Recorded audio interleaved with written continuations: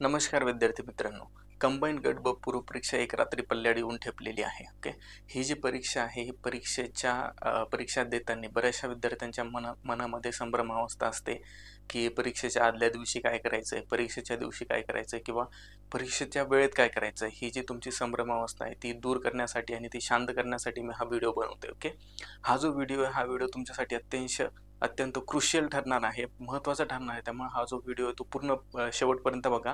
आणि नवीन विद्यार्थ्यांनी तर हा व्हिडिओच्या कोणतीही गोष्ट चुकू नका. तुम्हाला डिटेलमध्ये सगळ्या गोष्टी सांगणार आहे. ओके. तर आता सुरू करण्यापूर्वी मी तुम्हाला काही गोष्टी सांगतोय, की 24 डिसेंबरचं जे नोटिफिकेशन आहे, त्यातले जे काही बदल आयोगाने केलेले ते बदल उद्याच्या परीक्षेला लागू होणार आहेत का? हा जर कधी सगळ्यांच्या मनामध्ये सगळ्यात पहिला आणि महत्त्वाचा प्रश्न असेल, तर याचं उत्तर आहे नाही. ओके. जो काही 5 ऑप्शनचा जो काही बदल आयोगाने केलेला आहे, तो बदल उद्याच्या पेपरमध्ये म्हणजे आपली जे काही 4 जानेवारीचा पेपर होतोय, त्या पेपरमध्ये हा बदल लागू होणार नाही. ही सगळ्यात महत्त्वाची आणि पहिली गोष्ट आहे. आणि दुसरी गोष्ट मी तुम्हाला विचारेल, की तुम्ही परीक्षा केंद्राच्या शहरात आहात का? म्हणजे तुमचं जर कधी परीक्षेचं सेंटर जर कधी सातारा, सांगली, कोल्हापूर, नागपूर, अमरावती किंवा छत्रपती संभाजीनगर इकडे असेल आणि तुम्ही जर कधी आज पुण्यात असाल, तर मित्रांनो सगळ्यात अगोदर तुम्ही त्या शहरात पोहोचा. म्हणजे आज रात्र होण्याच्या अगोदर तुम्ही तिथं असायला पाहिजे. ओके. रात्रीचा जो काही पिरियड आहे, त्या रात्रीची झोप तुमची व्यवस्थित व्हायला पाहिजे. जर कधी ती रात्रीची झोप झाली, तर उद्याचे जे काही 60 मिनिट, तो जो 1 तास आहे, तो क्रुशियल वेळ आहे. तो तुम्हाला चांगल्या प्रकारे व्यतीत करता येईल आणि चांगल्या प्रकारे पेपर सोडवता येईल. त्यामुळे ही गोष्ट खूप महत्त्वाची आहे. ओके. आता आपण सगळ्यात पहिले सुरुवात करूया, की 1 दिवसापूर्वीची तयारी म्हणजे परीक्षेच्या 1 दिवस अगोदर तुम्ही काय-काय करून ठेवायचं आहे. सगळ्यात पहिले तुमची गोष्ट बनते ती म्हणजे हॉल तिकीटची प्रिंट काढून घेणे. म्हणजे हॉल तिकीट जे आयोगाने दिलेले आहे, त्याची प्रिंट काढून ठेवा. ती म्हणजे जर कधी तुम्ही वेळेवर जर कधी प्रिंट काढली नाही, तर गडबड होते. ती गडबड होऊ देऊ नका. तुमच्या मानसिकतेवर कोणत्याही पद्धतीचा त्रास होऊ देऊ नका. लवकरात लवकर ते प्रिंट काढून घ्या. त्यानंतर तुमचे जे काही आयडी प्रूफ आहे, आयडी प्रूफ तुमचे एकतर ओरिजिनलही असायला पाहिजे सोबत आणि त्याची झेरॉक्सही असायला पाहिजे. मग आपल्याला 5 प्रकारचे आयडी प्रूफ आयोगाने सांगितलेले आहे. एकतर तुम्ही आधार कार्ड घेऊ शकता, पॅन कार्ड घेऊ शकता, वोटिंग कार्ड घेऊ शकता. त्याच्यानंतर तुमचं ड्रायव्हिंग लायसन्स घेऊ शकता किंवा तुमचं पासपोर्ट जर कधी असेल तर पासपोर्ट. या 5 पैकी कोणतं तरी एक आयडी प्रूफ जे आहे ते तुमच्या सोबत असायला पाहिजे आणि त्याचीच झेरॉक्स जी असेल ती तुमच्याकडे असायला पाहिजे. ओके. ह्या गोष्टी असायला पाहिजे आणि त्यानंतर आणखी एक गोष्ट म्हणजे ब्लॅक कलरचा बॉल पॉइंट पेन तुमच्याकडे असायला पाहिजे. ओके. अशा पद्धतीचा रेनॉल्डचा लिक्विड फ्लो किंवा सेलोचा फंटा फ्लोचा जो काही ब्लॅक बॉल पॉइंट पेन येतो. आता हे पेन मी का सांगतोय, कारण की ह्याची जो काही पॉइंट आहे तो जाड असतो, तुम्हाला गोल करायला सोपा जातो, लवकर गोल होतो, म्हणून हा पेन सांगतोय. आणि सगळ्यात महत्त्वाचा कलर कोणता, ब्लॅकच असायला पाहिजे. आता एवढं तर कळतं सगळ्यांना, की लाल, हिरवा, पिवळा कोणता कलर वापरणार नाहीत. पण सगळ्यात महत्त्वाचं निळा कलर सुद्धा इथे वापरायचा नाही. फक्त आणि फक्त ब्लॅक कलरच इथे असायला पाहिजे. आणि बॉल पॉइंट पेनच असायला पाहिजे. जेल पेन वापरायचा नाही किंवा स्केच पेन वगैरे, की जाड मोठा असतो, टिपका ठेवला की झालं, अशा पद्धतीचे कोणते पेन वापरायचे नाही. तुमचा बॉल पॉइंट पेनच असायला पाहिजे. ह्या ज्या गोष्टी आहे, ह्या 4 गोष्टी कोणत्या, हॉल तिकीट, तुमचं ओरिजिनल आयडीचा झेरॉक्स, त्याच्यानंतर तुमचा बॉल पॉइंट पेन आजच रेडी असायला पाहिजे. तुम्ही हे गोष्टी सोबत घेऊन ठेवायला पाहिजे. ह्या गोष्टी तुम्हाला पेपरमध्ये घेऊन जायच्या. ह्याच्या व्यतिरिक्त तुम्ही काय नेऊ शकतात, तुम्ही पाण्याची बॉटल घेऊन जाऊ शकता. फक्त पाण्याची बॉटल जेव्हा तुम्ही न्याल, ती पाण्याची बॉटल जी आहे ती ट्रान्सपरंट असावी. म्हणजे या प्रकारची जर कधी पाण्याची बॉटल असेल तर ती तुम्हाला तिथे नेता येणार नाही. ट्रान्सपरंट दिसायला पाहिजे अशा पद्धतीची ट्रान्सपरंट पाण्याची बॉटल तुम्ही घेऊन जाऊ शकता. त्या जर कधी तुम्हाला एनर्जी ड्रिंक वगैरे घ्यायचे असले, ग्लुकोज वगैरे, तर तुम्ही घेऊन जाऊ शकतात. त्याला तुम्हाला कोणीही अडवणार नाही तेवढ्या गोष्टीसाठी. तर चला आपण पुढे जाऊया, की तुम्ही आजची तयारी करून ठेवली. तुम्हाला जी काही सगळ्यात महत्त्वाची गोष्ट सांगितली, की रात्रीची झोप व्यवस्थित घ्या. रात्रीची झोप जी आहे 7 ते 8 तासाची तुमची झोप झालेली पाहिजे. कारण की उद्याचा दिवस आपल्यासाठी खूप महत्त्वाचा आहे. तुम्ही मागच्या 8-10 महिन्यांपासून जो काही अभ्यास केला या पूर्व परीक्षेसाठी, त्या पूर्वीपासून अभ्यास केलेला असेल, पण या पूर्व परीक्षेसाठी जो अभ्यास केलाय तो अभ्यास वाया जाऊ देऊ नका. उद्याचा तो 1 तास खूप क्रुशियल आहे. त्यामुळे आज रात्रीची झोप आहे ती कंपल्सरी 7 ते 8 तास व्हायला पाहिजे आणि ती रिलॅक्स व्हायला पाहिजे. ते ट्रॅव्हलिंगमध्ये घालू नका किंवा सकाळचा दिवसही ट्रॅव्हलिंगमध्ये घालू नका. तुम्ही प्रॉपर आता तिथे पोहोचलेले असायला पाहिजे. ओके. तर आता तुमचं अशा पद्धतीचं हॉल तिकीट आलं. हॉल तिकीटमध्ये तुमच्या ज्या काही माहिती आहेत, अशी माहिती दिलेली आहे. चला आता ह्या माहितीच्या नंतर आपल्याला महत्त्वाचं काय ठरतंय, की इथली ही माहिती. ओके, पेपर कधी आहे? 4 जानेवारी 2026. उपकेंद्रावरील उपस्थिती किती सांगितली? 9:30. म्हणजे तुम्ही 9:30 वाजता तिथे पोहोचू शकता. जे काही तुमचं सेंटर आहे त्या सेंटरवर 9:30 वाजता जाऊन तुम्ही उपस्थित राहू शकता. आणि शेवटची वेळ काय सांगितली? 10:30ची शेवटची वेळ सांगितली. म्हणजे 9:30 ते 10:30च्या आत तुम्ही कधीही तिथे पोहोचू शकतात. 10:30च्या नंतर तुम्हाला तिथे एंट्री दिली जात नाही. त्यामुळे स्ट्रिक्टली ही गोष्ट लक्षात ठेवा की तुम्ही 10:30च्या आत तिथे पोहोचायलाच पाहिजे. ओके, आणि जो काही अर्धा तास शिल्लक राहतो हा विचार करू नका मी अर्धा तास इकडे तिकडे फिरतो, थोडंसं निवांत जातो जागेवर, ही गोष्ट करू नका. ओके, तुम्हाला तिथे जर कधी गेलात तुम्ही म्हणजे 9:15-10ला जर कधी तिथे पोहोचला, जो काही तुमचा वेळ मिळणार आहे, तुम्ही तिथे बसणार आहे, तुम्ही स्वतःला रिलॅक्स करणार आहे, तो रिलॅक्स होण्यासाठी वेळ आहे. ओके, त्यामुळे तुम्ही 10:30ला मी तर म्हणतो की तुम्ही हॉलमध्ये बसलेले असायला पाहिजे. म्हणजे सेंटरवर तर प्रवेश देतच नाही 10:30च्या नंतर. तुम्ही 10:30ला हॉलमध्ये जाऊन बसा, थोडंसं रिलॅक्स व्हा तिथे. तुम्हाला उत्तरपत्रिका दिलेली असते, उत्तरपत्रिकेवरची माहिती भरा. त्यानंतर ह्या सगळ्या गोष्टी भरल्याच्या नंतर तुम्ही थोडा वेळ रिलॅक्स झाले, तर तुम्ही 11 वाजता जे असाल ते रेडी असाल. तुम्ही घाईघाईत गेला, तुमचे ब्लड प्रेशर वाढलेलं राहील. तुम्ही टपकन 11 वाजता सुरुवात जर कधी केली तर तुमचा पेपर व्यवस्थित जाणार नाही. तिथे गेल्याच्या नंतर स्वतःला रिलॅक्स व्हायला वेळ द्या. त्यामुळे वेळेत तिथे पोचा. ओके, आपला मूळ टायमिंग आहे 11 ते 12 पर्यंतचा. ओके, त्यानंतर आता हे जे काही हॉल तिकीटवर काही माहिती आहे, मोजक्या माहिती मी 2 मिनिटात तुम्हाला सांगतो. ओके, काय सांगितले? भ्रमणध्वनी अथवा अन्य दूरसंचार साधने, म्हणजे तुमचा जो काही मोबाईल आहे तो मोबाईल तुम्ही सेंटरच्या मध्ये घेऊन जाऊ शकत नाही. याचा अर्थ असा नाही की तुम्ही तिथे परीक्षेला जातानाच मोबाईल घेऊन जाऊ शकत नाही. तुम्ही बॅग घेऊन जा, तुमचा फक्त बॅगमध्ये मोबाईल ठेवा, व्हायब्रेट करून ठेवा, सायलेंट करून ठेवा, व्हायब्रेट नाही सायलेंटच करून ठेवा किंवा स्विच ऑफ करून ठेवा. स्विच ऑफ करून बॅगमध्ये तुम्ही बॅग तिथं जिथं सगळे बॅग ठेवता तिथं ठेवू शकता. ओके, पण तिथून पुढे म्हणजे जिथून एंट्री करणार आहे आपण, जिथं आपलं व्हेरिफिकेशन आहे, तिथून पुढे तुमचा मोबाईल कोणत्या परिस्थितीत जाता कामा नये. ओके, जे काही गाईडलाईन्स आपल्या हॉल तिकीटवर म्हटल्यापेक्षा की आपल्या उत्तरपत्रिकेवर पाठीमागे दिलेले असतात. ओके, जेव्हा आपल्याला उत्तरपत्रिका दिली जाते त्याच्या पाठीमागे हे गाईडलाईन्स आपल्याला दिलेले आहेत. हे गाईडलाईन्स आपल्याला व्यवस्थित समजून घ्यायचे. मी थोडक्यात तुमच्या इथेही घेणार आहे ते. ओके, पुढे काय की अंतिम प्रवेशाकरता निर्धारित केलेल्या वेळेत प्रवेश दिला जाणार नाही. म्हणजे 10:30च्या नंतर जर तुम्ही पोहोचला तर तुम्हाला प्रवेश मिळणार नाही. ओळखीचा पुरावा मी 5 सांगितले: आधार कार्ड, वोटिंग कार्ड, पासपोर्ट आहे, पॅन कार्ड आहे, त्यानंतर ड्रायव्हिंग लायसन्स. ह्या 5 प्रकारचे वोटिंग कार्ड, आयडी प्रूफ पैकी कोणतं तरी एक आयडी प्रूफ तुम्ही घेऊन जाऊ शकतात. आणि जे काही केंद्र प्रमुख किंवा पर्यवेक्षक असतील त्यांच्या सूचनांचे पालन करायचं आहे असं आपल्या हॉल तिकीटवर दिलेलं आहे. ओके, हॉल तिकीटवरची ही माहिती व्यवस्थित बघून घ्या की तुमचं काय बैठक क्रमांक, नोंदणी क्रमांक सध्या तुम्हाला गरजेचा नाही. तुमचं जे काय नाव असेल, त्यानंतर बदललेले नाव म्हणजे काय की लग्नानंतर नाव बदललेलं असते. जर कधी महिला उमेदवारांचं नाव जर बदललेलं असेल तर शक्यतो पॅन कार्ड घेऊन जा. पॅन कार्डवर तुमचं लग्नापूर्वीचं नाव म्हणजे वडिलांचं नावही असतं आणि लग्नानंतरचे नाव दोन्ही नाव असतात. त्यामुळे शक्यतो पॅन कार्ड घेऊन गेलं तर त्या गोष्टीचा त्रास राहत नाही. तुम्हाला आधार प्रूफही चालतो, बाकीचे कोणतेही प्रूफ चालतील. परंतु जर कधी इन्व्हिजिलेटर तिथं वाद घालायला लागला की इथं हे नाव आहे तिथं ते नाव आहे, तुमचं नाव कसं, ते वाद तुम्ही घालू नका, मानसिकता बिघडू नका. त्यासाठी पॅन कार्ड घेऊन जा. पॅन कार्डवर दोन्ही तुमची नावं असतात. ओके, त्यानंतर तुमचा जिल्हा केंद्र आणि परीक्षेचं ठिकाण असतात. ह्या गोष्टी व्यवस्थित तिथे तुम्ही बघून घ्यायच्या आहेत. चला पुढे जाऊया. अशा पद्धतीची आपल्याला उत्तरपत्रिका दिलेली असते. ही जी उत्तरपत्रिका आहे, ह्या उत्तरपत्रिकेत महत्वाच्या गोष्टी काय आहे ह्या व्यवस्थित लक्षात घ्या.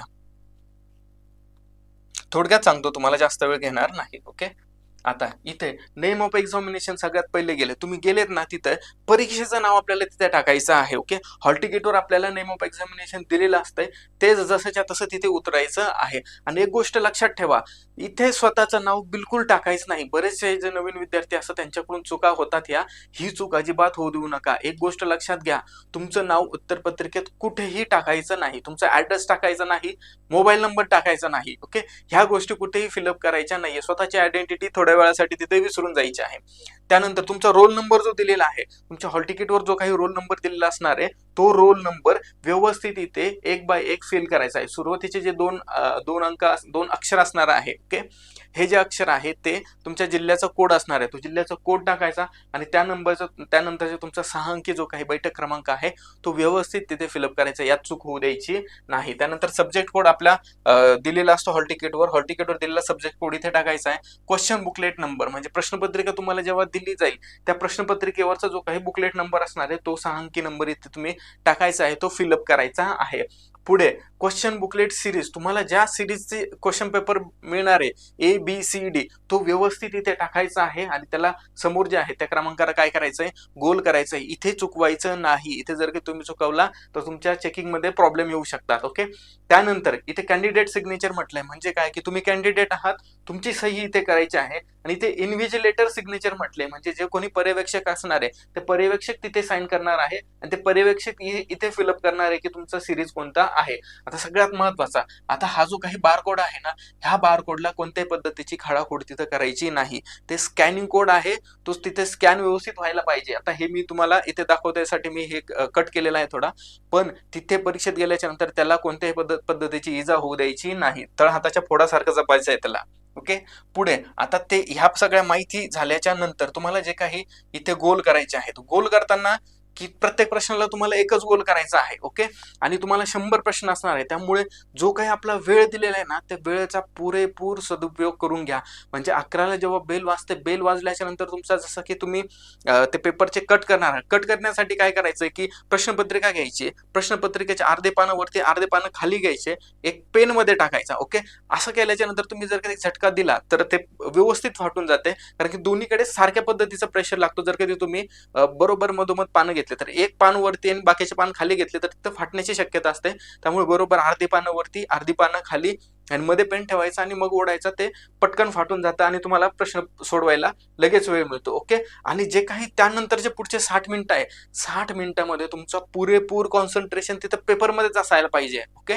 कोणत्याही पद्धतीच्या दुसऱ्या गोष्टीकडे लक्ष द्यायचं नाही, कोणाशी बोलायचं नाही. समोर CCTV कॅमेरा असतो, तुम्ही मागच्याला म्हणताय तुम्ही पेन आणलाय का, तुम्ही हे आणलंय का, ते आणलंय का, मला हे द्या ते द्या, काहीही मागायचं नाही.